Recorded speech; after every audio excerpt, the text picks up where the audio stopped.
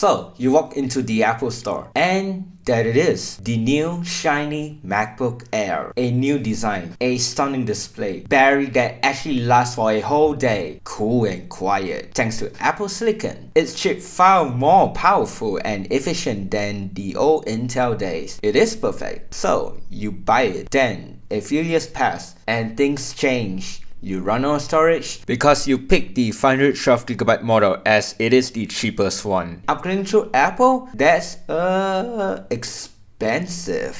Maybe I can upgrade it by myself with M.2 SSD?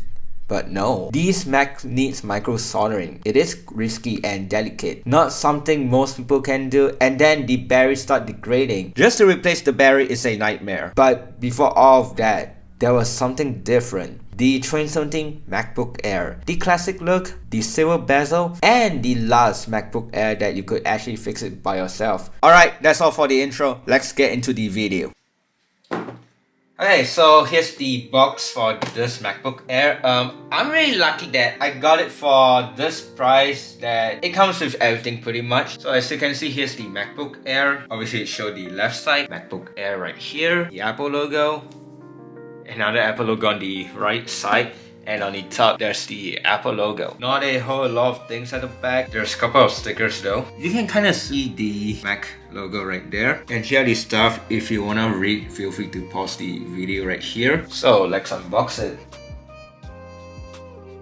You can see right here there's a foam, which they don't do that anymore. Another cool part, it comes with the plastic, which something that you don't get to see anymore. And yeah, it is already open though, but it doesn't really matter. This thing is in like new condition because this MacBook rarely been used. Because I live in Malaysia, it comes with this plug, which this plug is meant for the UK, and it comes with this thing. There's like a deep hole in it. Before I look at the paperwork, let's look at the charger first. So it comes with the 45-watt MagSafe 2 charger. Crazy thing is that this thing is still unopened. I'll open it pretty much later on. And this, the extension cord. This is one of the last MacBook Air that comes with this extension cord. Anything after that, pretty much the 2018 onwards, it doesn't have this anymore. This is quite hard to come by in Malaysia, so I'm lucky that I have one. Although I'm not gonna be using it because I already have another two. I guess it's nice to have pretty much for my Mac collection, I guess. Here's the paperwork or the envelope, whatever you want to call it. Right here it says designed by Apple in California. I got the iPhone 2G vibes right now because this envelope thing is in black. Let's open it.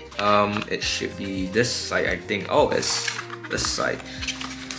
MacBook Air quick start guide. So let's have a look. So welcome to our new MacBook Air. You can see it shows clearly now because this MacBook was made in early 2020. So there's the board and stuff and other stuff. If you want to read, feel free to pause the video. Quick start guide in Chinese. MacBook Air info, no one's gonna read that, and other stuff. And here's the Apple sticker, which I'll never use. Apple doesn't give Apple sticker anymore, so that's unfortunate pretty much. Also, again, because I live in Malaysia, most of the Mac that originally from Malaysia have this paper right here. Alright, so I'll be peeling this thing. The guy actually never peeled this plastic film at all, so I'm doing it for the first time in 5 years. So there we go.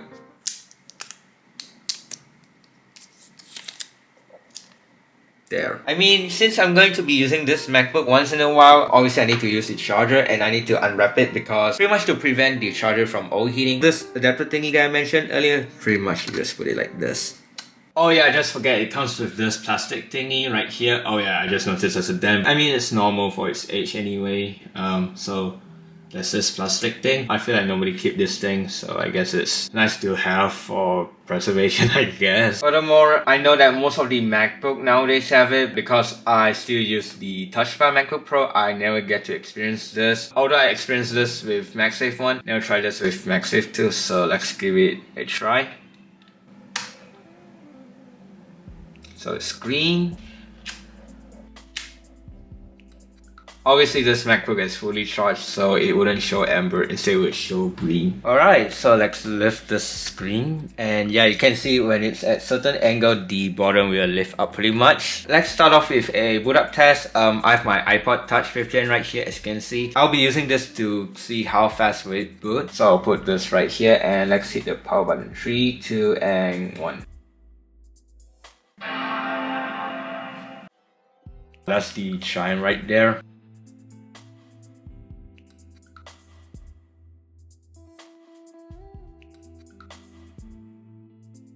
It takes this much of time for it to boot up with the original 128GB SSD. So as you can see, I'm in the lock screen right now. It's running monoray. I'll put in my password. And again, I'll do a speed test to see how fast just to log in. So 3, 2, and 1.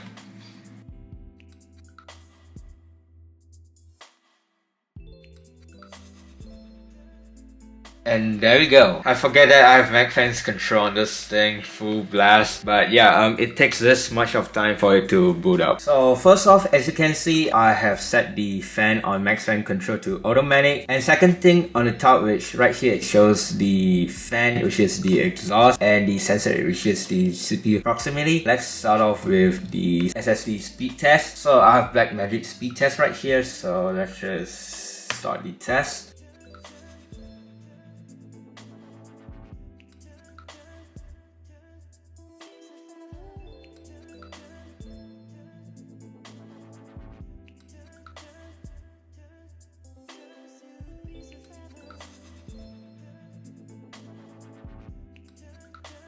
Alright, so I'll be taking a screenshot. Wow, the speaker sounds a whole lot different compared with my 16-inch MacBook Pro. Obviously, this is a low-end MacBook, so can't expect much from it. Let's do Geekbench 6. Obviously, I have the free trial because couldn't afford, so I'll hit later. As you can see, this is the MacBook Air 13-inch from 2017. It has 1.8 GHz Intel Core i5, 8 GB of RAM, and the Intel HD Graphics 6000. For the storage, this is pretty much the base model, which as you can see right here, although it says 121, but this is the 128GB model. Here's the device info. If you wanna read, feel free to pause the video. So before I start, I'll be putting the fan on automatic just to be fair for later on, and I'll run the CPU benchmark and 3, 2, and 1.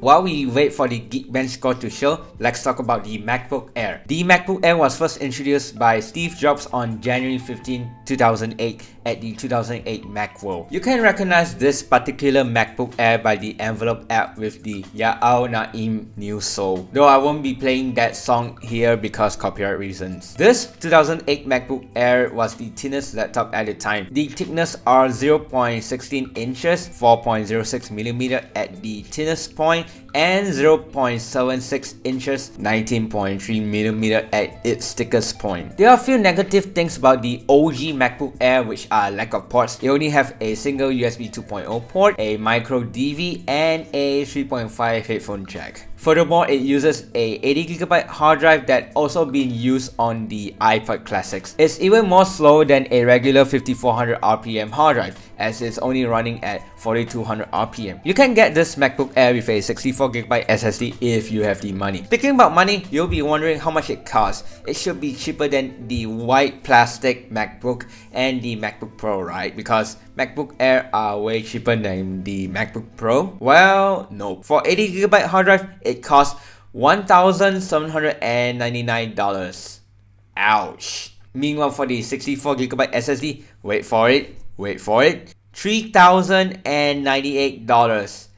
Yeah, $3,098 just for the OG MacBook Air with SSD. You got to remember that SSD during those days are very expensive and it's still a new thing at the time. In 2010, Apple redesigned this MacBook Air with a tapered enclosure, higher resolution display, improved battery, a second USB port, stereo speaker, and SSD as standard. Goodbye hard drive, pretty much. As I mentioned earlier, the MacBook Air that I'm making this video about came out back in 2017. And this is the last one with this design before Apple move on with the next generation MacBook Air. The one with the Retina display, new design, Thunderbolt 3 ports, headphone jack only, Touch ID, and the horrible butterfly keyboard. I'll say that this MacBook Air design really aged well, except the thick silver bezel, because we got thin bezel nowadays on a laptop, but I really like the way it looks. It makes me feeling nostalgic pretty much. There are two Intel Broadwell CPU, 5th gen pretty much by the way, that you can choose for the 2017 model. You can choose either the Intel Core i5 5350U for $999 $11, or if you're rich, you can get the i7 5650U for $1149 when it was new. There are only 3 options for storage from Apple, which are 128GB, which is what I have, or you can get it in 256GB or 512GB. It ships with 8GB 1600MHz LPDDR3 RAM as standard, although I've seen the 16GB model. Not really sure whether Apple have the 16GB upgrade or not, but I've seen some people upgrading this MacBook Air to 16GB of RAM. It's tricky because you need to do some micro soldering. When the next generation MacBook Air came out back in 2018, Apple keeps selling this 2017 MacBook Air. The 2017 MacBook Air was discontinued in July 9 alongside with the 12-inch MacBook. And let's check out the Geekbench score with this i5 MacBook Air. So as you can see, this is the Geekbench 6 score, 749 for single core and 1814 for multi-core. Alright, it's been several minutes. I have the fan set to full blast before I'm going to do the next benchmark. This benchmark will be the final benchmark I'll be doing before I'll do the upgrade.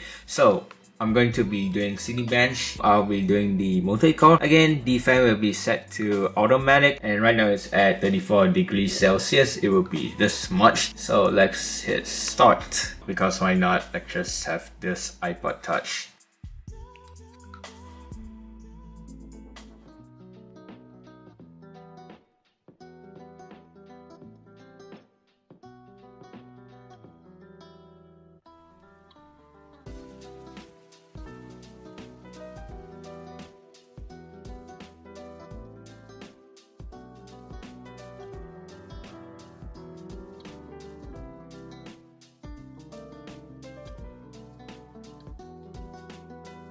So this lasts for 15 minutes, which is really quite long, but I can't complain much because this CPU is, I believe, nearly 10 years old at this point. Right now it's at 56 degrees, or 55, but the fan is at around 4300 RPM. And that's the score right there for multi-core, 1749 points, which is not great for today's standards. I would assume that once I've done all of those maintenance, it will be better. And let's shut it down for the last time when it's still in pretty much bone stock.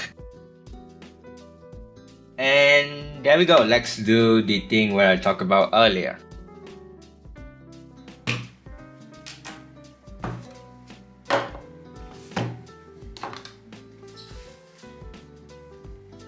Alright, so I have all my stuff right here, as you can see, and I just got this iFixit toolkit. Not sponsored though, but this is one of the nice tools I ever have. I need to open all of these screws right here, so if I remember correctly, there should be 9 screws. All of them are pentalobe. Pretty much Apple doesn't want people to take apart MacBook, but I mean, pentalobes are easy to come by anyway. So there's 10 of them, so I need to unscrew all of them first.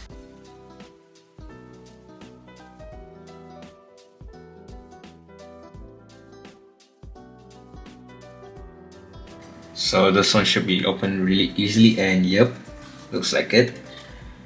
I might accidentally rip this part, this thingy right here. But you can see the inside is pretty much dust free, which is quite surprisingly, because most of these MacBook at this age, yeah, probably filled up with a lot of dust. And here's the inside, and yeah, you can see it is really clean. Even though this MacBook is 5 years old and it's rarely been used, I'll be replacing the thermal paste anyway, because since I'm already going to be upgrading the SSD, might as well just change the thermal paste. I need to unplug the battery first, which you guys can see the battery connector is literally right here. There we go. This battery is in great shape. It lasts for a really long time. It only have 35 cycle when I got it. I won't be replacing the battery for now, but if I want to someday, it should be really easy though. Next I need to disconnect this ribbon connector.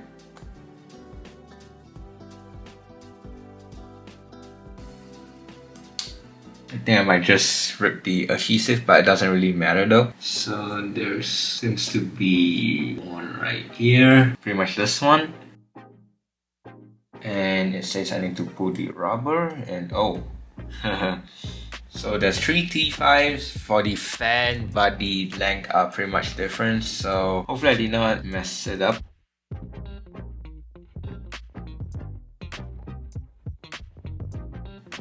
I can just straight away take out the fan. I need to unplug the ribbon connector, and there you go. Here's the fan right here. So I need to disconnect this ribbon connector right here. and disconnect this.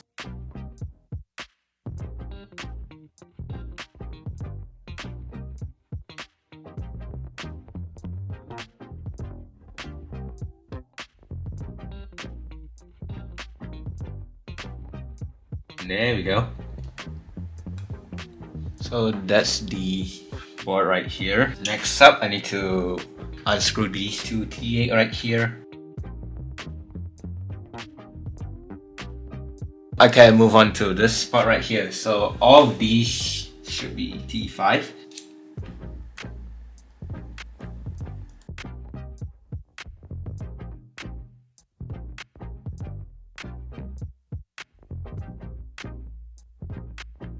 I wonder how this thermal paste would look like. So, oh no, it doesn't look that good. Oh, that's a screw right there. I didn't notice that. Oops.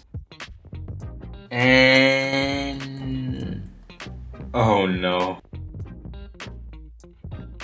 Okay, so this part seems to be a bit bad, but it's easy to fix. But dude, look at the thermal paste. That's not good. It's literally dry. Yeah, it needs repaste pretty much. Meanwhile, I'm already here. Let's remove the SSD. So it's T5 again, and there we go. This is the 128GB SSD, and as you can see, there's Samsung right there. So I got my Q-tip, isopropyl alcohol. So let's just remove the thermal paste.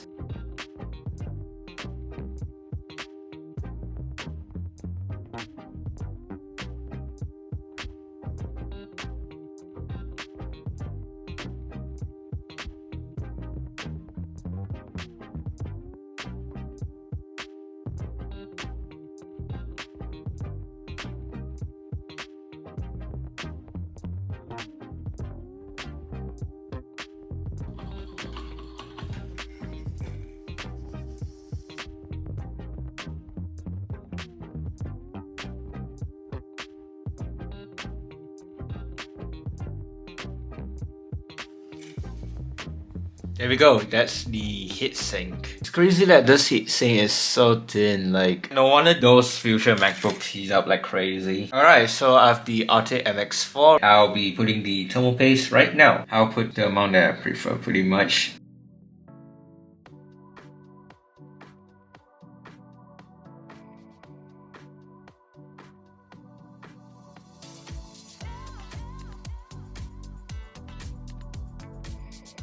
I guess that's good enough. And let's put back the heatsink.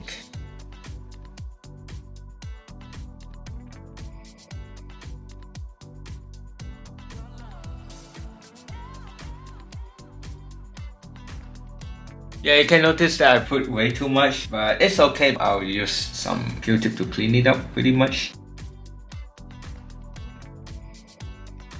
I guess I'll put everything back in for now except the SSD because I need to tell you guys about the SSD later on.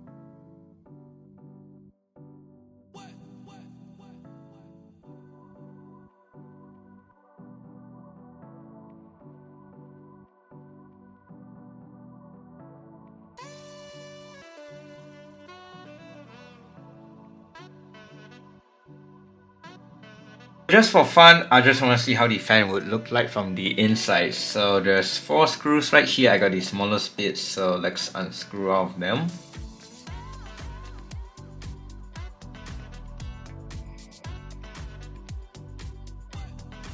Well, let's see what's inside. Okay, I guess it looks good because there's not a whole lot of dust, which you can see right here.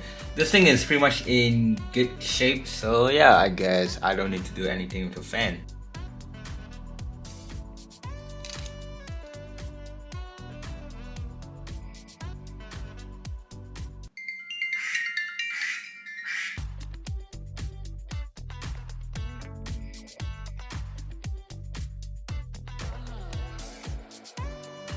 so right now I'll be installing the SSD. So this is the SSD adapter right here, which I will talk about it later. And here's where my current SSD lives. It's in this enclosure. This is the only SSD that I have, that's M.2. Originally, I'm gonna use this 1TB for an external drive, but it doesn't work. Pretty much this enclosure is garbage, so make sure do not buy this enclosure. It's green, doesn't work that great. I guess right now I'll repurpose it for this MacBook then. So I need to unscrew all these screws right here. Oh, I just noticed it's kind of dirty right here. Can you kind of see? I'll clean it with alcohol.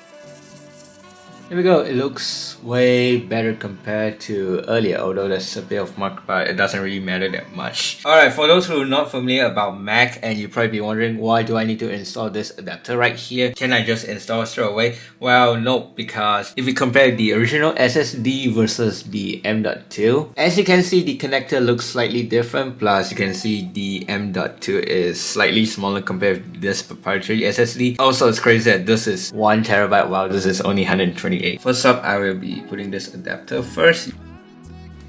There we go. And I'll be putting this M.2. Should be easy. Yep. And you can see it fits perfectly. So I need to get the T5 again. And all I need to do is just screw it back in pretty much. There you go. An SSD upgrade is really easy on this MacBook Air. Imagine doing that on a newer MacBook Air. Good luck with that pretty much. Last but not least, I need to put this ribbon cable back in. And there we go. Before I put the bottom cover and screw all of it back in, let's make sure that this MacBook works. The fan spin, okay, that's good. And okay, there we go. This is what I need. So the Apple logo, and it will show a photo icon. There we go. That's the photo icon. So when you install a new SSD, or either your hard drive or SSD die, this will show up. Pretty much this folder means that it couldn't find an operating system, which is normal for my case because this SSD that I have is pretty much blank. So I'll clean it up and put everything back in.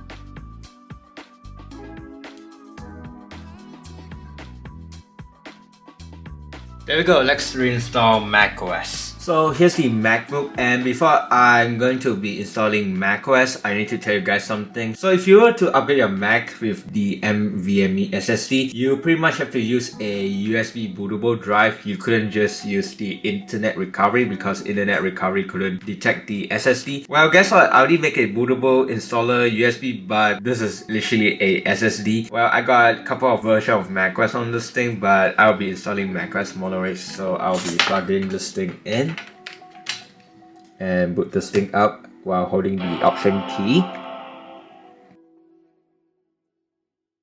I got many variety of macOS right here, but in this case I'll be doing Monterey for now because I'm going to do benchmark, and earlier I was using macOS Monterey, so just to be fair, I'll be using Monterey for this benchmark. So since this installer is pretty much a local installer, aka bootable USB instead of the internet recovery, if I would go to this utility, because I need to wipe the drive, as you can see, this utility is able to detect the SSD. Obviously this SSD is a Kingston SSD, and you can see it's able to detect the 1TB. So I need to erase, and I'm going to be putting Macintosh SSD and make sure it's in APFS and GUID partition map, and erase.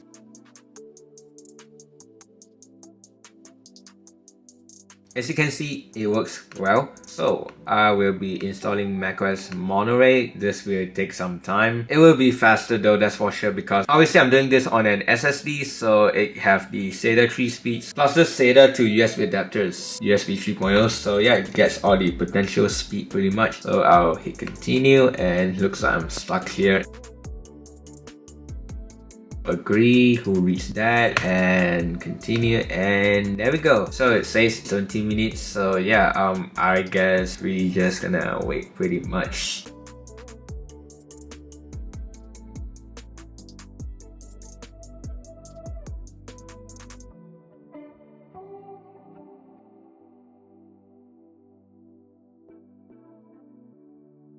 macOS contains a built-in screen reader called VoiceOver. If you know how to use VoiceOver, press Command F5 now to turn it on and set up your Mac. If you would like to learn how to use VoiceOver to set up your Mac, press the Escape key.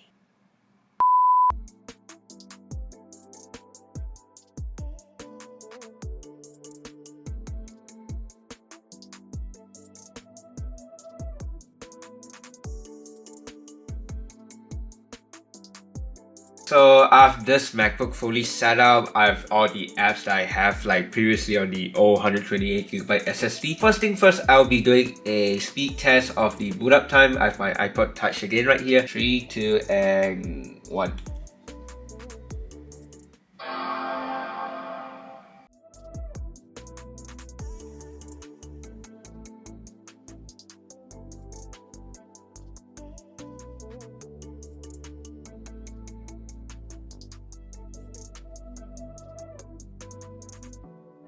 And there we go. This is how long it takes to boot up between the old SSD and the new SSD. So let's try login. 3, 2, and 1.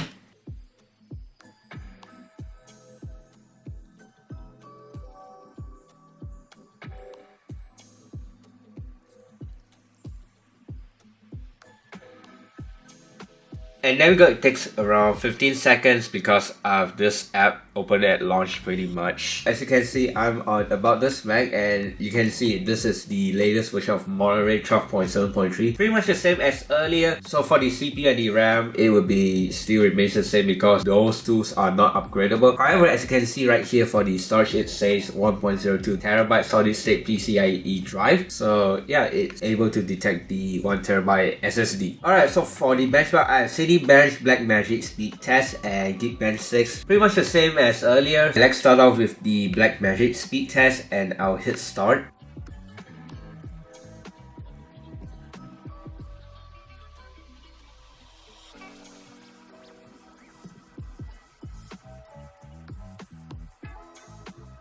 Wow, this is really impressive. Well, as you can see right here, the write speed got increased. It was around 600 with the 128GB SSD. Well, with this 1TB it's around 1300. Meanwhile, the read speed, if I remember correctly, the old SSD was around 1200 and this one is at 1400. Well, I would say that maybe it's not that noticeable when it comes to the read speed. However, when it comes to the write speed, yeah, it is a huge jump, that's for sure. Well, let's move on with the Geekbench 6 because that's the second thing that I did previously. So again, I'm still using the trial. For the info right here, I have the fan, obviously exhaust. This thing only have one fan as you saw earlier, and the sensor would be CPU proximity. Pretty much the same as earlier. Also, the fan will be set at automatic because again, I'm trying to be fair. So I would assume that the Geekbench 6 score would be a bit higher this time because I just changed the thermal paste. So yeah, let's start the CPU benchmark.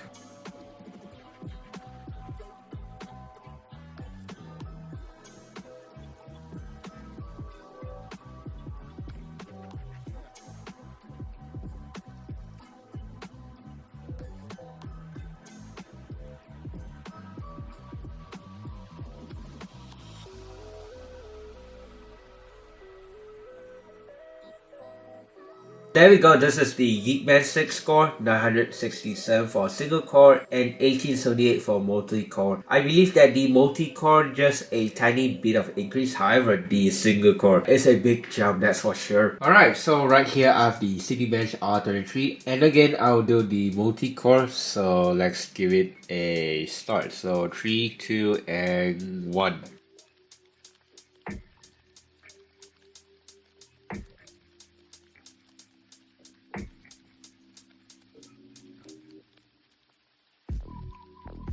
There we go, so the Cinebench is finally done, so the score is 1748. I hope it's better though. Well, turns out it's not. When we compare the score from earlier versus now, the score from earlier is only 1 point higher than the current score. In addition, the current test took an additional 9 seconds to complete compared with earlier. So yeah, 1749 on the previous test and 1748 on the current one. One mistake that I made during the current test was starting the test at a higher temperature, which is at 49 degrees Celsius compared to 38 degrees Celsius on the earlier test. So I decided to redo the Cinebench again, but this time the idle temperature was at 42 degrees Celsius. It took 15 minutes and 52 seconds. However, as you can see, the temperature at the end of the test was 2 degrees lower than before the thermal paste change and the first attempt. And the point is 1683 points? That's 35 lower than the first attempt. Well, to be fair, this MacBook Air isn't built for 3D rendering as it's only got Intel integrated graphics. What's mattered the most in my opinion is the Geekbench 6 score went up and the temperature went down after the thermal paste change. Anyway, since I showed the Cinebench score earlier, here are the rest of the results. Feel free to pause the video to read them.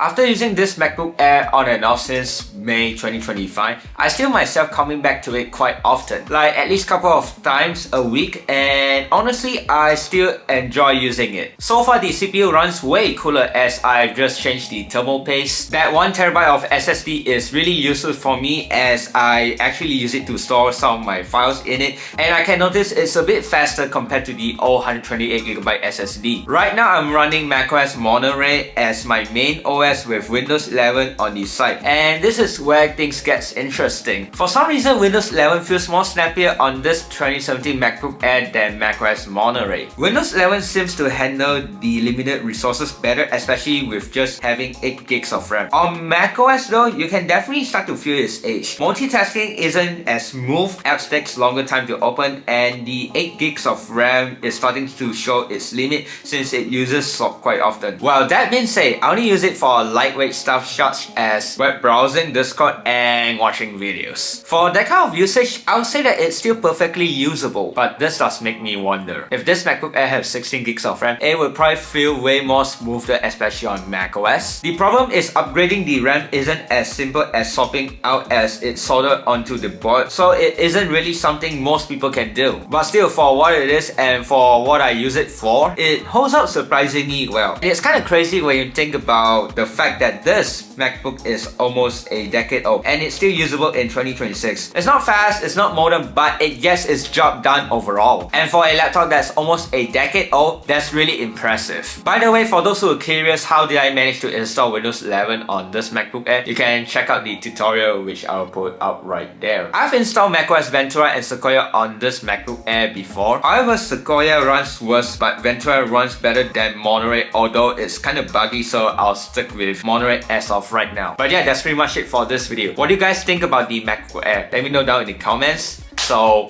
thanks for watching. Check out my other videos right there, and yeah, bye.